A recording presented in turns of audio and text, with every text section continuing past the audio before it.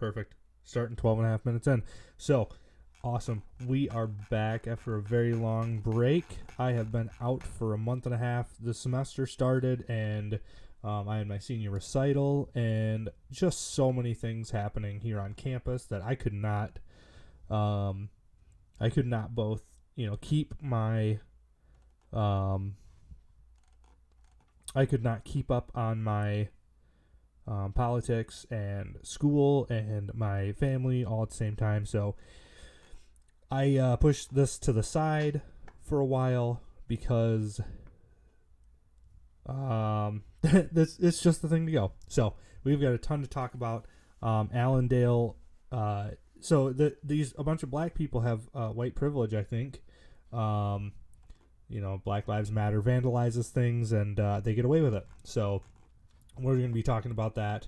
The Lanthorn has a bunch of great headlines. Really great comic this week. Very super funny, well thought out.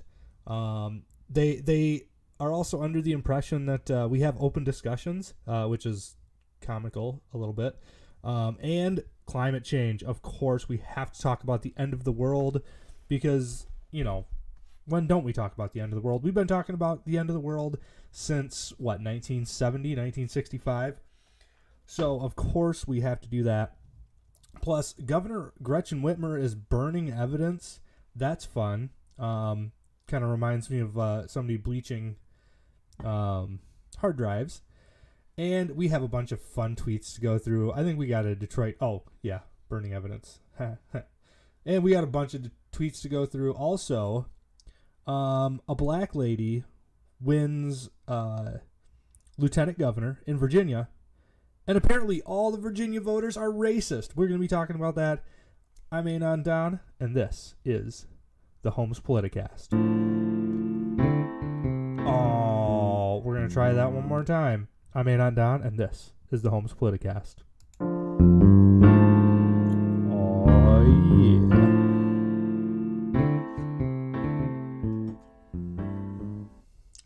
All right. So, first off, Allendale Township Board will not pursue vandalism charges. Huh. Yeah, this one caught my eye.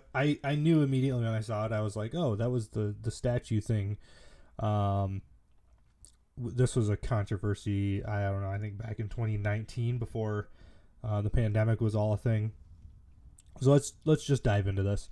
The Allendale Township Board has decided to discontinue the prosecution against protesters who violated local ordinances involving a controversial Civil War statue in the Veterans Garden of Honor. After thorough consideration, the board also concluded that the number of trials will be required to prosecute the violations will have minimal impact on justice, but will instead create more divisiveness while not adding anything constructive or new to the conversation. We're just going to keep going. Adam Ellenboss, Allendale Charter Township Supervisor, said. So remember his name. I'm going to try and get him on the show to talk about this. So that may be coming soon. Of course, not very many people want to talk to a conservative commentator. So we'll see if he hides in the dark and continues to talk to nobody except for,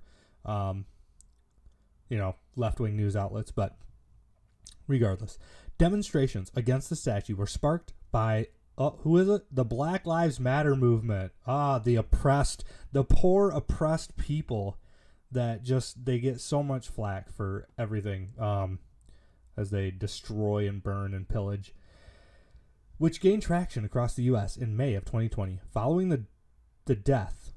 Oh, at least they said the death of George Floyd. At least they didn't say the murder. You know what? Props to the Lanthorn. I give them props for that. They actually recognized that George Floyd was not murdered. That is great. Statues depicting Confederate soldiers were vandalized, removed, and protested against in cities throughout the nation. Following the call to remove the statue, Allendale's Board of Trustees formed a special committee to address the community's demands regarding the statue. Sorry, I've had too much coffee and I'm getting excited already. Charges were filed earlier this year following incidents in early January. Activists from several groups, including the Michigan Association of Civil Rights and Justice for Black Lives, used cornstarch to, quote, tar and feather part of the statue, which depicts a Confederate soldier. There were several other protesters, both for and against the removal of the statue. In another incident, the face of the Union soldier was painted with clown makeup and the Confederate soldier's face was broken. The decision to drop the charges was made at the September 27th Allendale Township Board meeting, Ellen Boss said. Allendale's Township Board analyzed the cases and has made the decision to discontinue the prosecution. Ellen Boss said in a statement, "The township's viewpoint is that the primary aspect of the statue controversy was whether or not the statue would remain in its current location." Well, that has absolutely nothing to do with the statue being vandalized, but okay. The Allendale Board of Trustees voted 5-2 to keep the statue at a meeting in June.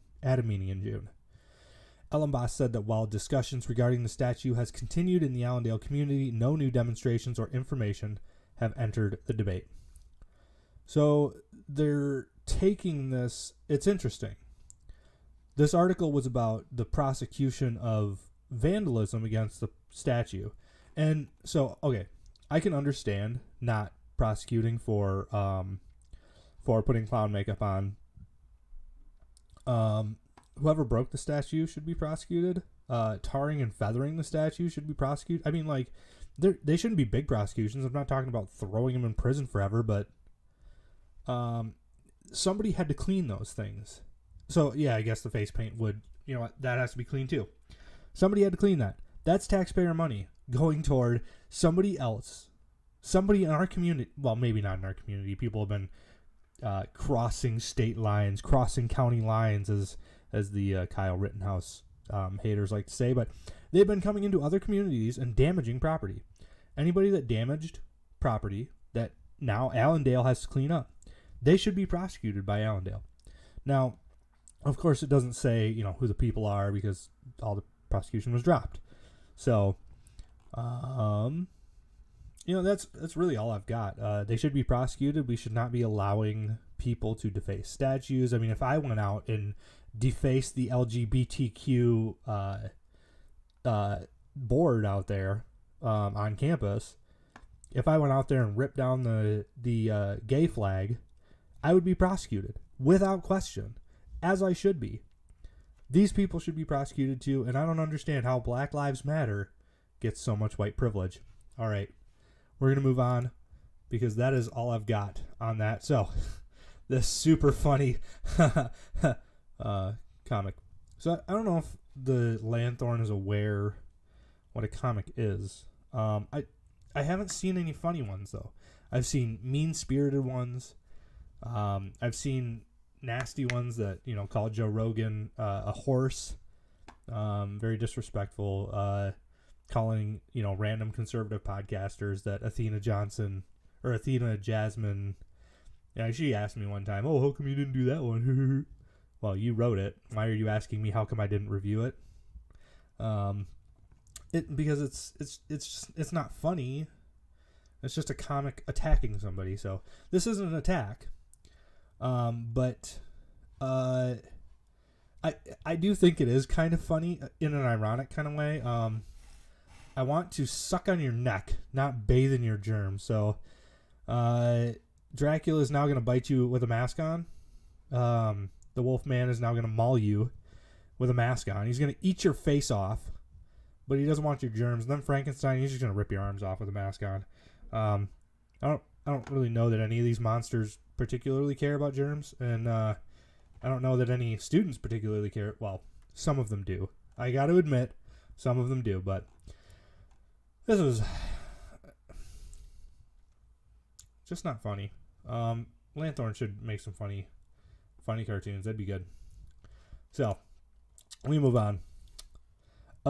Gays into LGBTQ history. I think that should be a capital offense right here. This is that was not a good pun. Not a good pun. And I think kind of homophobic, I'm pretty sure.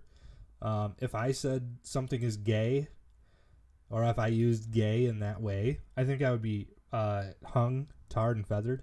But you know what? I'm gonna say that the Lanthorn, they didn't have malicious intent, so I'm not gonna call for tar and feathering. But you know, if the gay community wants to get on that, you know, that's their issue.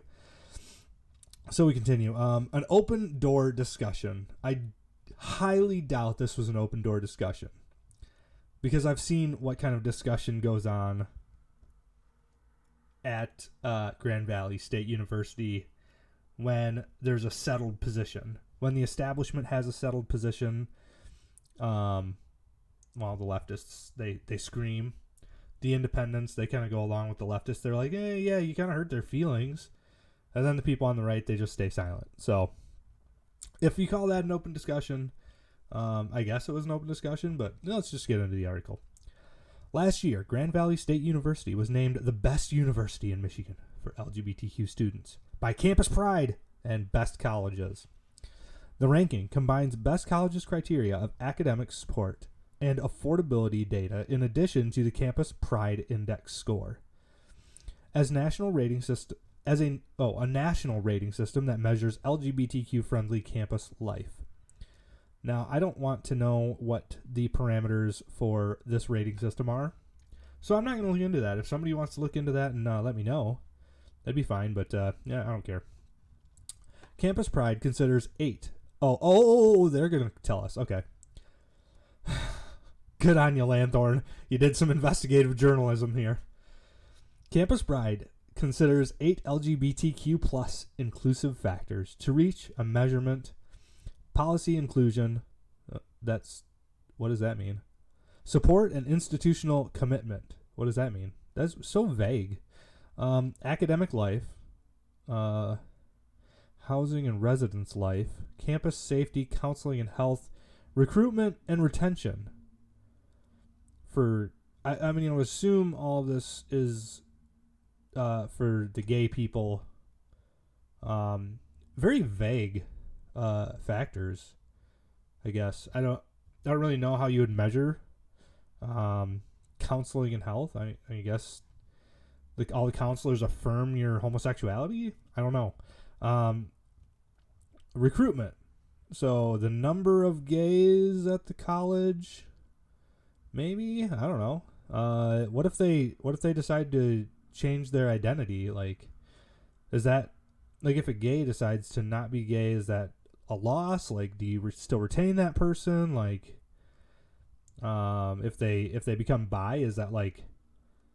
I mean, I guess it's all under the umbrella, so you can count that as retention. But anyway, very vague factors. Academic life, I don't know what that means even. The gay people have to get good grades. Doesn't sound very meritorious, grade scale wise. I highly doubt that gay people are getting just A's just for being gay. And if they are, Grand Valley should probably be shut down. So, yeah, weird. We continue.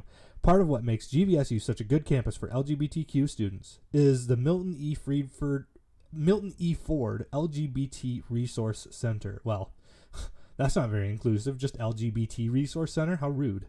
No Q, no plus. What? How did we win the best when we are not even inclusive of the Q and the plus? I don't know. This center advocates for institutional equity, promotes community well-being, and provides educational opportunities to create an informed, cohesive, and just campus where community members of diverse sexual orientations, gender identities, and gender presentations are supported and welcomed. All right, I'm already done with this article. Oh. Now, see, how come the gay people are allowed to say queer, but if I say queer, that's like the dirtiest word in existence. See, you can see it right here, queer.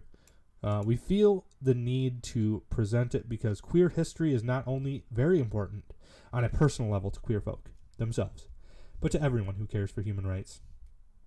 So I guess I don't care for human rights. See, this is how the left does it. They just couch their opinions into human rights. They're like, well, if humans can't do this, then they don't have any rights.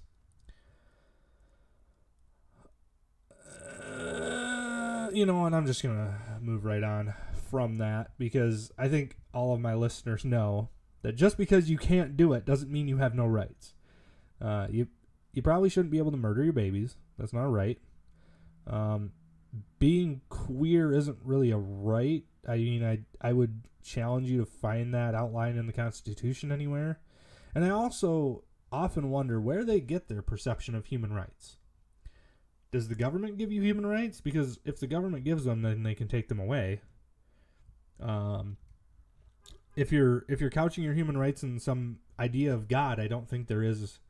At least there's not a monotheistic God that supports homosexuality. I mean, if you're Hindu, maybe, but I just don't know where they see. They've taken this idea of human rights that flourishes out of a Christian worldview, that believes that human beings have dignity and worth because they are made in the image of God, and then they just say, well, humans can do everything because, human rights. That's not really where we get human rights. I just saw this. The turnout was about 10 students, and the reactions were good. Wow. Whew, you guys are really cooking. You got 10 whole students to come to your event. So that's news that the Lanthorn considers newsworthy, I guess. Climate change. We're just going to move on because I'm going to get in trouble if I keep on talking about the gay thing that was super popular. So, Sunday, October 31st marks the beginning of the 12-day 2021 United Nations Climate Change Conference, which I hear Joe Biden is falling asleep at. So that's still going on right now, I believe. Yeah. So, Joe Biden's in Scotland falling asleep, or doing something else. I don't know.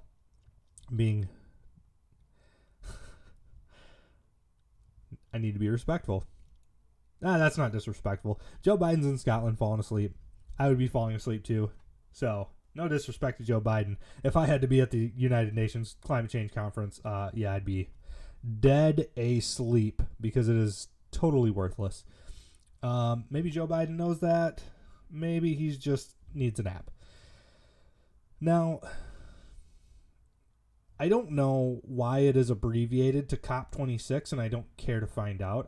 I want to just point out that COP26 in no way reflects United Nations Climate Change Conference. UNCCC changes to COP26. Where is the 26 coming from?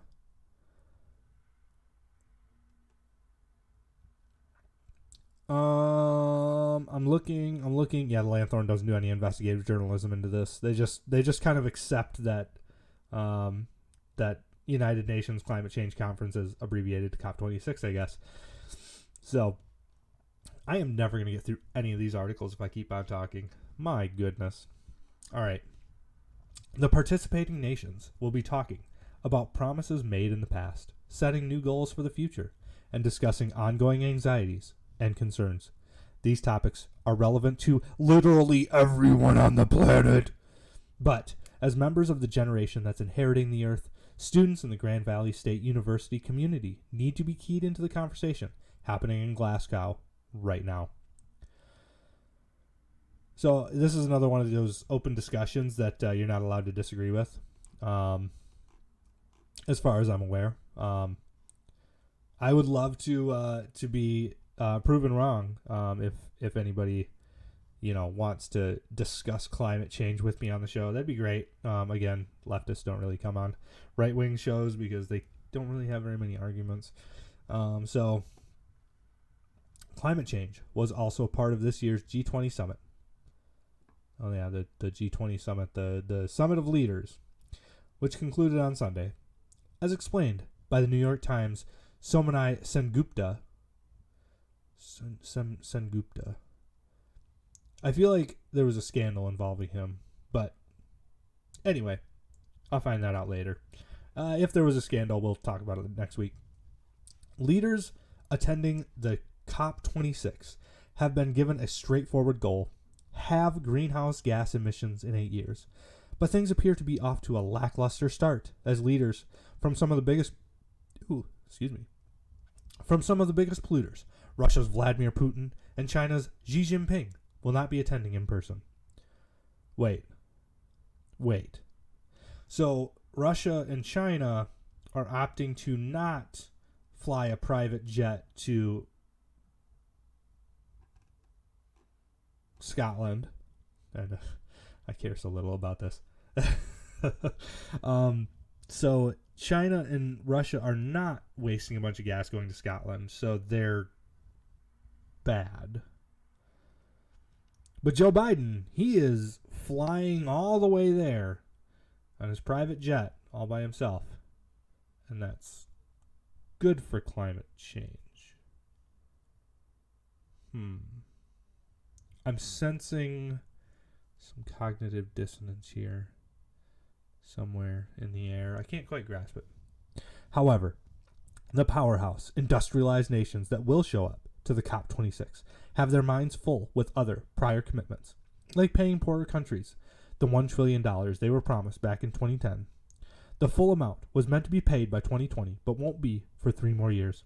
Reparations for damage already done by climate change, according to Sen Gupta, are also being discussed. Reparations for damage already done? Who are we paying? God? Like, who owns the world that we are paying? I don't know. The Lanthorn decides not to ask these questions. They just kind of say things like reparations for damages already being done. Interesting. However, there are plenty of climate change strategies being talked about on the domestic front. Well, I'd like to see those. I haven't heard any, but the White House's October 28th Build Back Better framework, which primarily focuses on centering the needs of the middle class, will be pitched to Congress and ostensibly used as a guide to inform future legislation. That sentence made absolutely no sense. I'm going to look at this Build Back. Oh,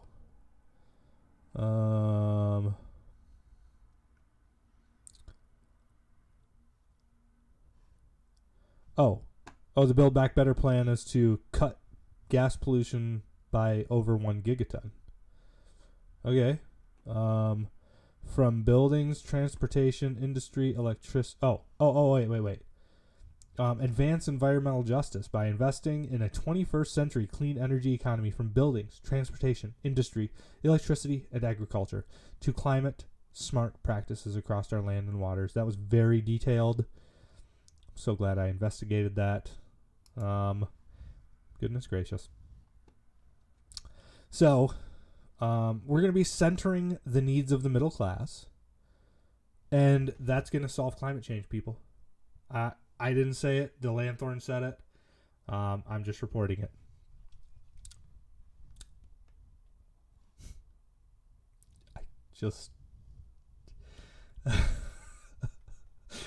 Centering the needs of the middle class. How just like a newspaper. Amidst the jargon indeed, the framework includes a section on... I just read this. They focused in on the same thing I did. They just thought it was a good thing, and I thought it was a dumb thing. The framework includes a section on climate change solutions. Build Back Better promises to cut greenhouse gas emissions by 1 gigaton by 2030 and invest $555 billion in the clean energy economy, which involves revamping infrastructure to make room for clean power, investing in smart agriculture, and repairing infrastructure damaged by climate change. Okay, well, that was so vague as to be super helpful. The framework also promises rebates and tax credit to middle-class families, which will lower the cost of installing rooftop solar panels and purchasing electric cars, grow the clean energy industry, incentivize cleaner practices in existing energies. The tax credit and rebates are eerily similar to PACE, a program that was exploited by unsavory parties. PACE. Exploited by unsavory parties. Let's see what this is. I didn't actually read... Oh, John Oliver. Our main story tonight concerns home renovate. Oh my goodness, John Oliver. Yeah, we're not gonna listen to him. So that's the level of great article. That's silly. However, despite the strengths and weaknesses of some of its proposed strategies, the framework might not drive much progress, as it's lacking strong support from some key players, like, the entire world. News like this does not inspire much optimism, but on a local level, there are upcoming opportunities for members of GVSU to learn and promote sustainable practices. Oh, good. GVSU's Climate Change Education Solutions Network is hosting the Climate Change Education Solutions Summit 2021 from November 3rd to November 5th. Oh, that just ended. Cool. Besides reducing your own carbon footprint, another important facet of combating climate change is making informed decisions as a voter. This summit is an opportunity for GVSU students to learn more about that problem that climate change poses and the potential solutions.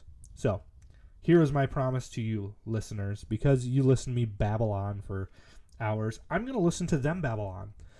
I'm going to see if I can find this Climate Change Education Solutions Summit. Let's see. I will actually... I'm gonna go right now. I'm gonna see if it's watchable right now. I don't think it is. I don't think I can get video of it. I don't know if I can. Let's see. I'm working on it. If I can get video of it, I will watch it. And I will tell you exactly how good it was. I will find for you all of the key points. And, we'll go from there.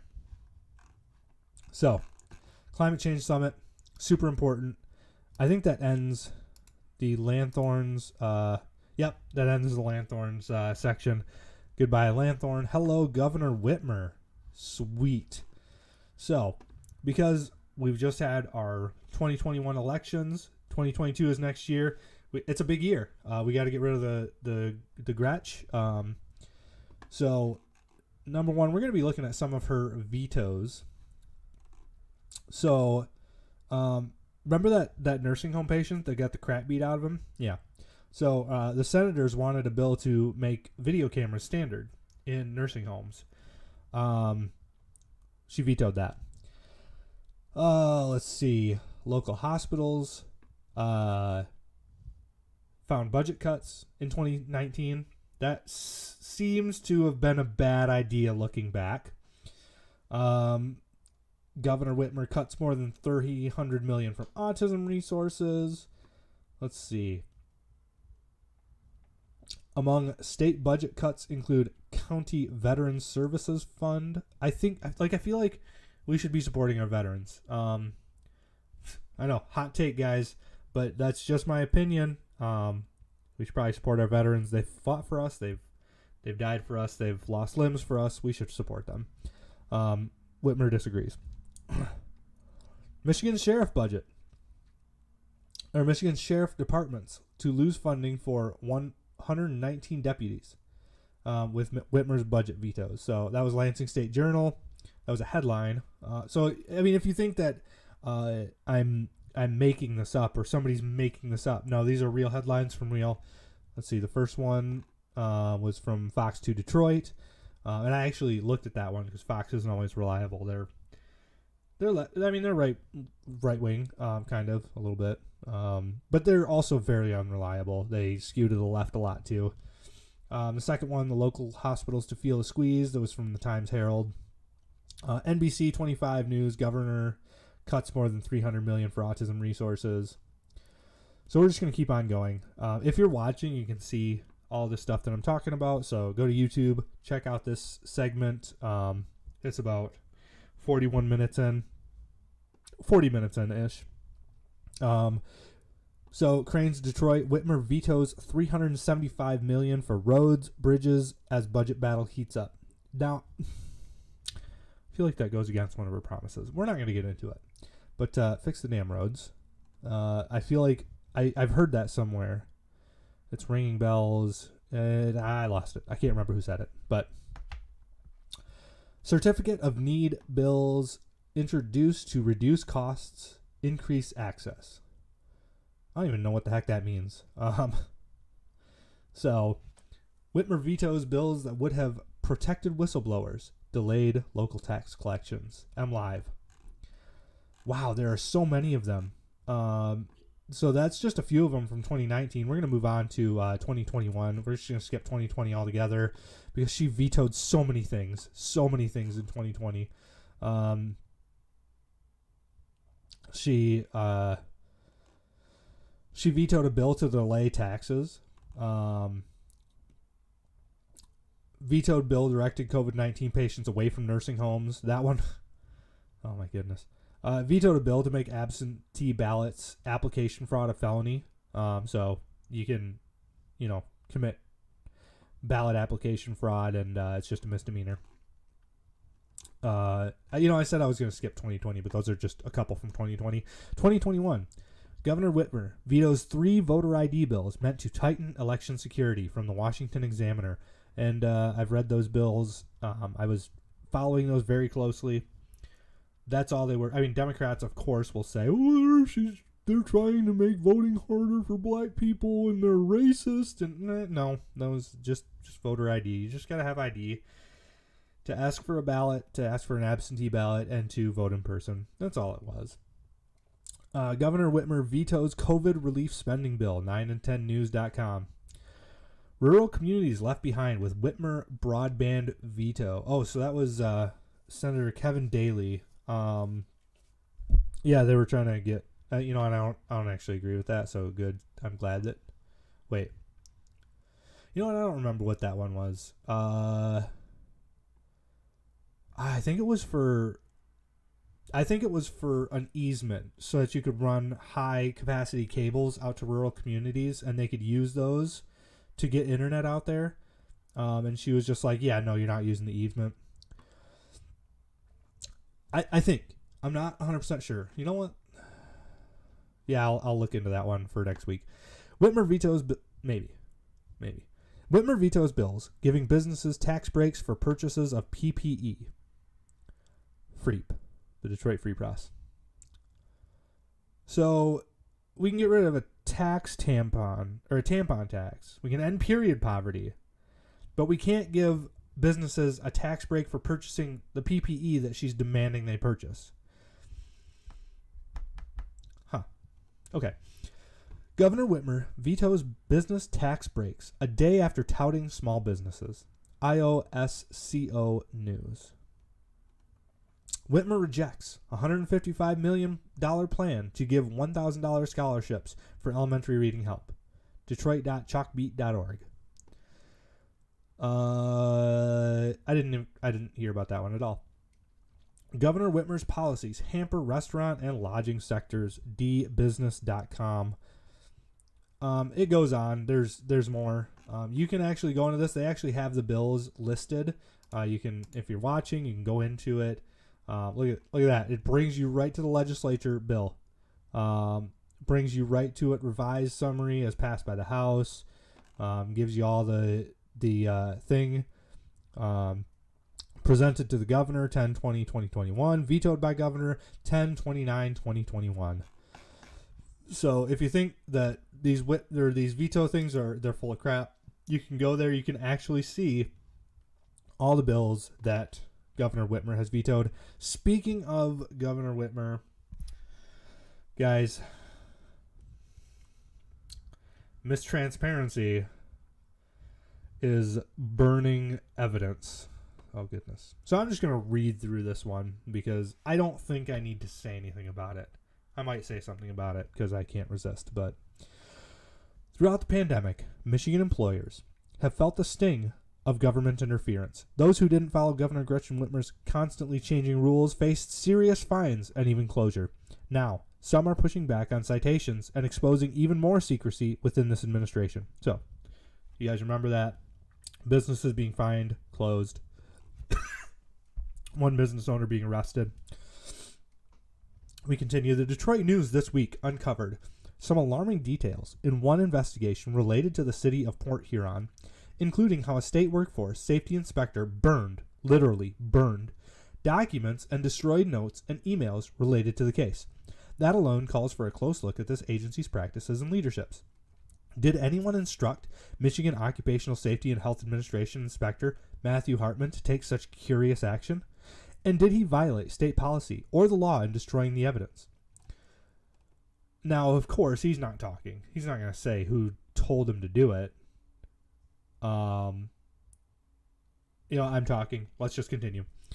These are important questions that deserve answers. Setting records on fire while cases could still be appealed seems unusual, and the destruction leads the public to assume that they contain information that the agency didn't want public or Port Huron to know. Yep, I would say that that does lead the public to that assumption.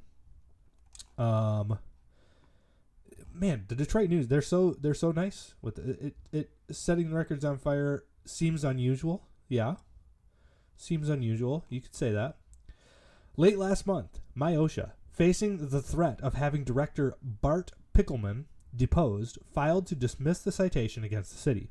Again, what information were they trying to keep secret? The threat of having... Okay, MIOSHA dismissed the citation against Port Huron. Yes. Okay. In their role, MIOSHA inspectors are law enforcement officers.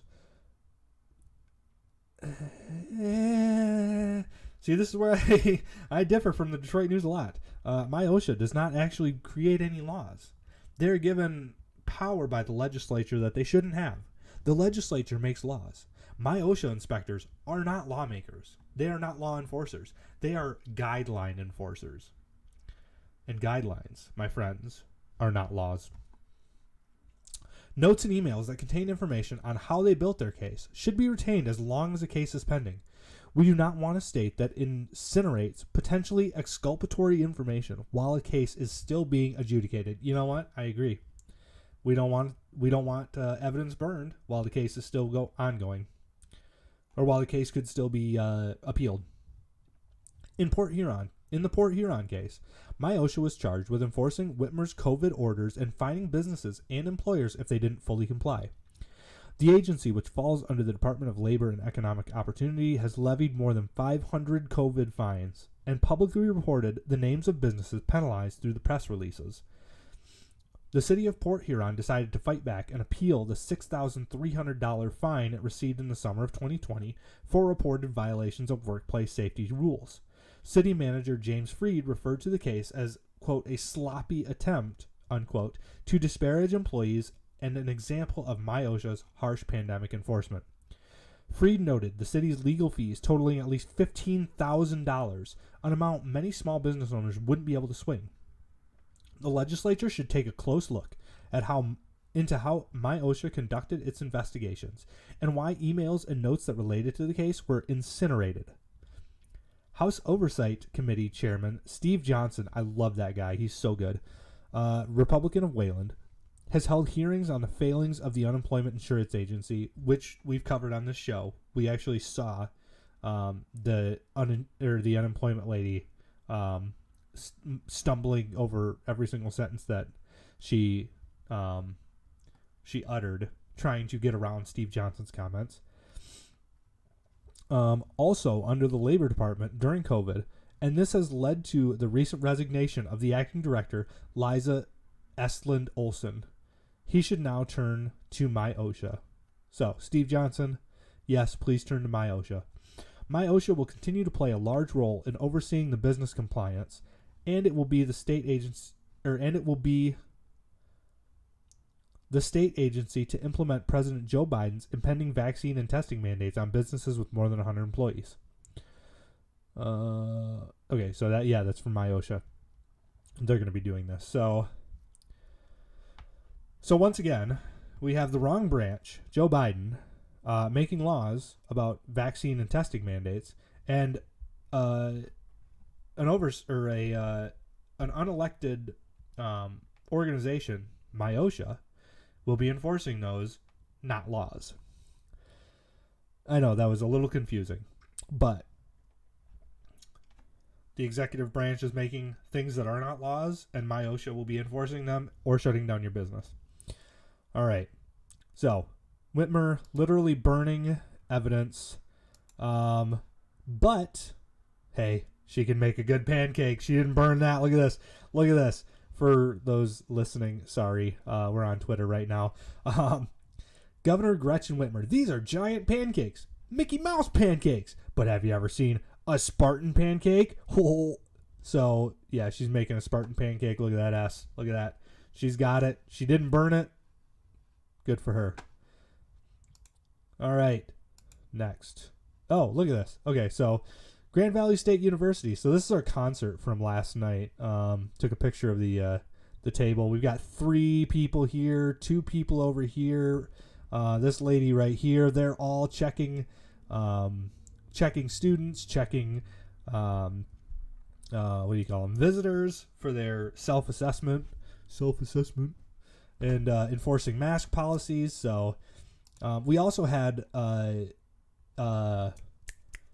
limit on how many people could be in there. So we had like a smaller audience than normal. Like generally these things are sparsely populated, but it was even more sparsely populated with only, 1 or 2 or 3 tickets allowed to each person. I was lucky I got like 5 because I emailed them right on the dot. I was like, I pre-sent the email to get my tickets. So I was able to get 5 tickets. I wasn't able to get very many after that. Actually, I was able to get none after that, but now I've got the hang of it. I'm going to just find out who all wants to be there, get all the tickets that I need. But, yeah, we're wasting a ton of money. All these people are they're probably getting paid for their time. I wouldn't be working without getting paid for it. And, yeah, so just noting that the universities are becoming less efficient as this pandemic moves on. All right, Rashida Tlaib. Wisdom from the Rashida Tlaib Twitter. Either you are for the people who sent you to Congress, or you are with the billionaires, corporate lobbyists, and big pharma. It's time to choose. Now, I seem to remember Rashida Tlaib pushing that we need to vaccinate everybody in the country. So apparently she has chosen big pharma. Detroit, take note. I don't know if you will. You chose Mike Dugan again, so probably not. Okay. Michigan Attorney General Dana Nessel. Elder abuse is a crime that often goes unrecognized and unreported. Michigan's Elder Abuse Task Force is working to tackle this issue and provide resources to reduce barriers facing our aging population. For more information, visit michigan.gov/elderabuse. So remember that bill to put cameras in old people homes that the Democrat governor vetoed? I don't think that's connected at all. I'm just bringing that up because, it seems to be coming to mind for some reason. I don't know. Okay. And finally, the horribly racist people of Virginia elected this lady. If you can't see, she's black. She has got very dark skin. She's melanated, as the young kids are saying now. Very melanated. Winsome Sears, the black female Republican candidate elected on Tuesday as the next lieutenant governor of Virginia, has responded to a rant on MSNBC that portrayed her as a dummy being used to spout, quote, white supremacy by ventriloquist effect. So MSNBC is saying that she's being used as a mouthpiece for white people. Not just white people, white supremacists. So people that hate black people, or people that think that black people are inferior, are using a black person to con the black people into voting for the, it's a convoluted. Get your tinfoil hat out. I mean, MSNBC is going full tinfoil hat. So, frequent MSNBC and CNN contributor Michelle Eric Dyson made an incendiary attack on Sears, the first black woman elected to a statewide office in Virginia history, on the readout with Joy Reid. So, man, attacking a black lady, that's pretty racist, isn't it? I mean, oh, God, good night. Oh, wait, no. The people calling everybody racist for attacking black people are the ones doing it, so that's not racist for them. Reid attempted to enroll Dyson in an attack on Republicans who boasted that 2 or 3 of the successful GOP candidates in Virginia's statewide election were minorities. Reed responded that Republicans could not shake accusations of racism by pointing to Sears, since her Democratic opponent, Hala Ayala, is Afro-Latina and part Lebanese. Oh, she's got more races. That's how it is. Okay, so because Sears isn't diverse enough, that's how you get out of it. Okay, I am done with the media for today. I have been going for too long on this thing already, guys. Thank you so much for joining me again on the Home Politicast, listening to me rant and ramble. Just one more thing before I go. I had probably not a listener. They probably don't listen to the show. But I had a person a few weeks back when I did my last show. They said that I'm not very talented, which I agree with. I'm not very talented. I'm kind of untalented. But it was a leftist, so I take that with a grain of salt. So just in that vein. Oh, here it is. Cool. So he said, I don't know what motivated you to do a podcast. Well, if you watch the show, you would know. But will alone is not enough. You are missing a key ingredient, talent. Well, you didn't watch the podcast, so how do you know? If you don't know what motivated me to do the podcast, I say it literally every week. The media suck. They do not do well at getting us just the news. They give us a lot of opinion. That's why I'm here, to give the counter opinion. So I am missing a key ingredient, talent. Yes, I am kind of a talentless schmuck. I admit that. I'm not very entertaining. You know what? Nobody else is doing it. So I'm giving you Allendale news. The Daily Wire is oh shoot, you can't see this. So the Daily Wire is giving you national news. I'm giving you Allendale news. Doesn't matter if you have a point, if you stumble getting to that point. So I don't know what he's talking about. Did I stumble? Where did I stumble? Who knows? But he's still following me, so thank you, Thumb Mac, for your comment. You know what? If you'd like to come on and tell me how I could do better, you are more than welcome to. We'll have you on the show. Until then, I am Anon Don. This is the Home Politicast, and I will see all of you guys next week.